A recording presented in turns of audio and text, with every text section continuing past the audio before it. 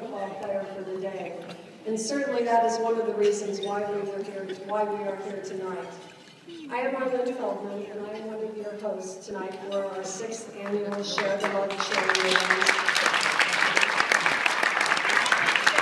And my husband, Paul, I want to thank you very, very much and welcome you for joining us and participating in this event. Our theme tonight is Light of Life, and at your tables you have photo holders filled with light. Those holders are yours to take home with you as a memento of coming together on love to create life by granting wishes for some special children. As always, Paul and I are extremely thankful for the continued support you choose to offer our local Wish. And now, I'd like to tell you a story. Not too long ago, how much? In a land not too far away, there was a fishing village. And recently, times have been tough. The fishing had been scarce, and quite frankly, the fishermen and their families were hurting. Early one morning, even though the skies were told of a pending storm, one of the fishermen began to prepare to set sail. His wife begged him not to go because the sky was that foreboding.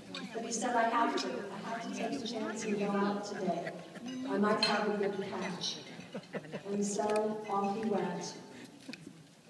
Soon after he sailed, he realized his mistake. The sun never rose over the horizon. The sky remained as black as night. And as the wind began to howl, and the waves rose and fell in swells like he had never seen before, he was tossed and turned from the violence of the sea as he was dragged farther and farther from shore. Soon he realized he was lost. He had no idea which way was home. And worse yet, he was so weak from fighting to keep his boat afloat, he was losing hope. And then he saw it. Way off in the distance, there was a small speck of light. And even though it was so small, he realized that where there's light, there's land. And where there's land, there's a safe harbor. So he mustered all of his strength with hopes that he would be able to make it to shore. He rowed and he rowed, and as he did, the light started to grow larger and brighter. He had hope that he would be saved by staying the course of the light. Yet as he drew closer to the light, he realized that the light was actually a fire, and the fire was in his own fishing village. But it was not until he reached the harbor that he realized that the fire was actually his own house burning. As he rushed to his house, and what was left was just ruins, he found his wife sobbing and crying, saying, I'm so sorry. I'm the one who started the fire. We lost everything. And he told her, you saved my life. If it hadn't been for that speck of light, I never would have found my way home. Without that light, he might have perished. Make-A-Wish uses a tagline, the power of a wish. And they use that to describe the essence of how the wish transforms into feelings for that child of increased hope, strength, and joy, which oftentimes allows the child to better fight their illness and to endure their treatment. Having their special wish granted is a life-affirming event for a child dealing with a life-threatening illness. Just like our fisherman who thought it was all lost, the light or the wish can make the difference in finding a way. Tonight we have a wonderful program planned for you. We have a very special singer who will be joining us.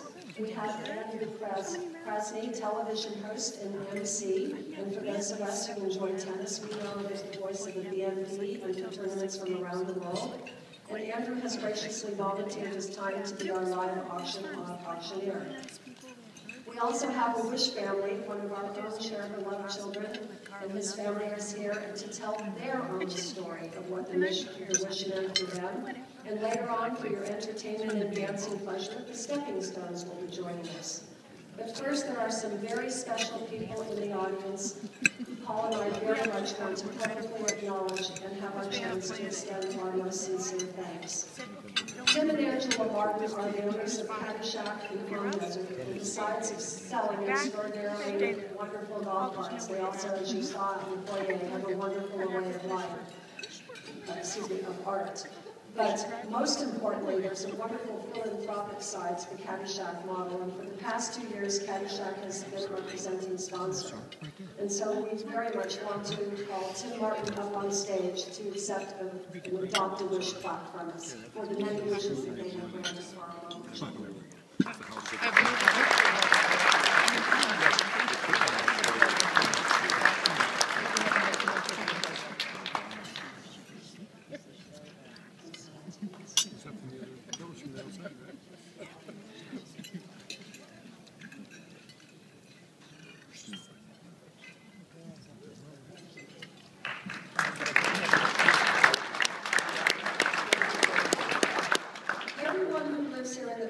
Of the Berger Foundation, but what you may not realize is how sincere and actually quite serious Rod and Sherry Allen are, as well as the board, in their endeavors to pursue the charter, to realize the charter of the foundation. And I remember vividly the first time that I met the Allens. Now, I've been in many business meetings along my career, but I have to honestly tell you, and this is the truth, I was actually quaking in my shoes by the probing and in-depth questions that Sherry Allen asked me that day. But what I came to realize is an increased sense of respect and admiration for what the Berger Foundation does to our valley here and helps with all the wonderful things that you do. So Ron and Sherry, would you please also come up and accept an Adopt-A-Wish plaque for all the many wishes that you have granted.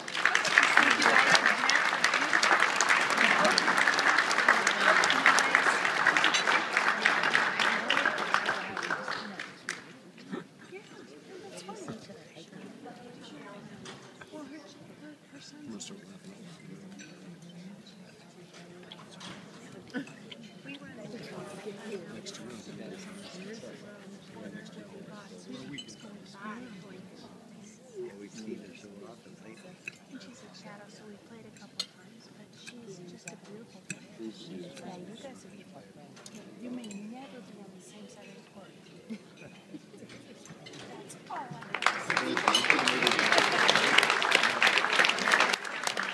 In this year, we were absolutely delighted that the Douglas Foundation joined forces with Share the Love. This is a foundation extremely devout and wanting to help those less fortunate. And we were absolutely thrilled that the Douglas Foundation threw their hat in our ring to support Share the Love, understanding that all the money that we raise goes towards granting wishes for children here in our valley. So Joel and Joanne, if you would please come up and accept the plaque.